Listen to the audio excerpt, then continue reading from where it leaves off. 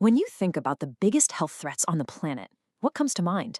Well, for decades, how we fought things like heart disease and cancer, what we call non-communicable diseases, was all guided by this one super simple tool, a 4x4 grid. It promised a clear, straightforward path to saving millions of lives. But what if that simple solution had a massive, hidden cost? All right, so here it is. This is the famous 4x4 framework. It's so elegant in its simplicity, right? You've got four huge diseases: heart disease, cancer, respiratory diseases, and diabetes. And on the other side, you have four big risk factors: smoking, bad diet, not moving enough, and drinking too much. It's clean, it makes sense, and it basically became the global playbook. The idea was simple. If we just tackle these four behaviors, we can knock out the world's four biggest killers. But here's the twist. What if that perfect, elegant simplicity was also a trap? What if, by creating this neat and tidy little box, we accidentally drew a line in the sand about who and what actually mattered, and in doing so, left the most vulnerable people in the world completely on the outside, looking in? So that's the big question, isn't it? What exactly was left outside that box? What happens when a disease, a real devastating disease, just doesn't fit neatly into one of these 16 squares? Well, what happened was the 4x4 framework became a kind of filter for what the world paid attention to. If a disease wasn't obviously linked to those four specific lifestyle choices, it kind of became invisible. It just fell off the radar for policymakers, for funders, for health programs. And we're not talking about minor aches and pains here. These were major diseases, basically forgotten by the model. And I mean, just look at the scale of what was left out. This is staggering.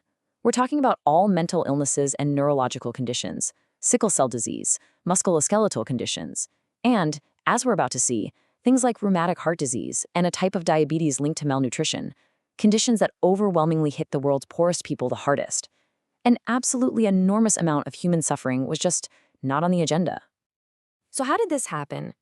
To really get it, we have to go back in time. Because the story of this 4x4 box doesn't start with a big, global perspective. Nope. It starts in a small town in Massachusetts and then travels to a very specific region in Finland. And this quote from the sociologist Pierre Bourdieu, wow, it just nails it. He basically says that creating categories, like a framework for diseases, isn't some neutral scientific thing. It's deeply political. The boxes we create determine what we see, what we decide is important, and ultimately where the money and resources go. These categories literally shape our reality. Okay, let's trace the breadcrumbs. It all kicks off in 1947 with the legendary Framingham Heart Study in the US. This was the first time anyone really put numbers to the idea of lifestyle risk factors for heart disease. The World Health Organization saw this and got very interested. Then flash forward to 1978. The North Karelia project in Finland takes those ideas and proves you can actually reduce those same risk factors across a whole community. It was a huge, game-changing success, but it was a success in a very specific context. And this was the turning point. A model that was developed and proven to work for heart disease in wealthy, industrialized Western countries was about to get simplified, packaged up, and shipped out as a universal, one-size-fits-all solution for the entire planet. And the rollout was super systematic. First, the WHO holds up the North Karelia project as a shining example. Then, similar programs get launched all over Europe. And finally, through this program called AnterHealth, this very focused, Western-centric framework goes global. It was born from the best intentions, for sure, but it carried all the biases of where it came from. And this global, cookie-cutter approach came at a huge, huge cost. By focusing so intensely on the lifestyle diseases you see in wealthy countries, the framework just systematically ignored the completely different health problems that the world's poorest people were facing every single day. Let's make this real. Take diabetes. The 4x4 box was tailor-made for type 2 diabetes, the kind we associate with overnutrition and those lifestyle risks. But it had no room for something called malnutrition-related diabetes, a totally different type found in poorer populations in places like Jamaica, where it was first studied. Same name, diabetes, but a completely different cause, and only one of them fit the model. And it's the exact same story with heart disease. The framework was perfect for atherosclerosis, the kind linked to cholesterol and diet, but it was useless for rheumatic heart disease. This is a brutal condition that starts with a simple, untreated strep throat, a disease of poverty, and it affects over 30 million young people. But it just didn't fit, so it was left out. So, what's the real-world impact of being left outside the box? Well, it boils down to money and attention. Get this.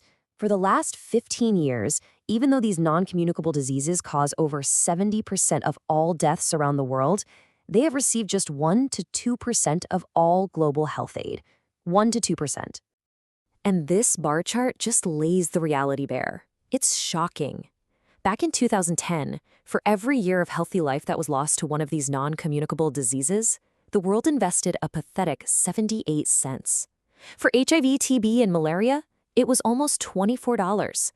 The diseases that didn't fit the neat 4x4 box weren't just overlooked, they were profoundly, catastrophically underfunded.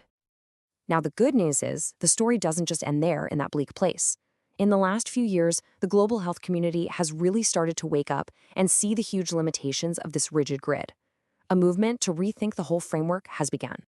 So, in 2018, something really important happened at a big UN meeting on these diseases. The conversation finally, officially moved beyond that old 4x4 model. They started talking about a new, expanded 5x5 agenda. The box is finally starting to get bigger.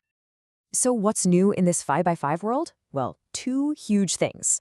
First, they've added a fifth disease group, mental and neurological conditions. I mean, finally, this is a massive, long-overlooked part of the disease burden. And second, they've added a fifth risk factor, environmental risks, like air pollution. And that is a huge admission that our health isn't just about our personal choices, but about the world we're forced to live in. This whole evolution is a massive step in the right direction, but it leaves us with the most important question of all. It's not just about adding more boxes to a grid. It's about fundamentally changing our whole approach so that we build health systems and policies that are designed from day one to see absolutely everyone, especially the people who have been invisible for way, way too long.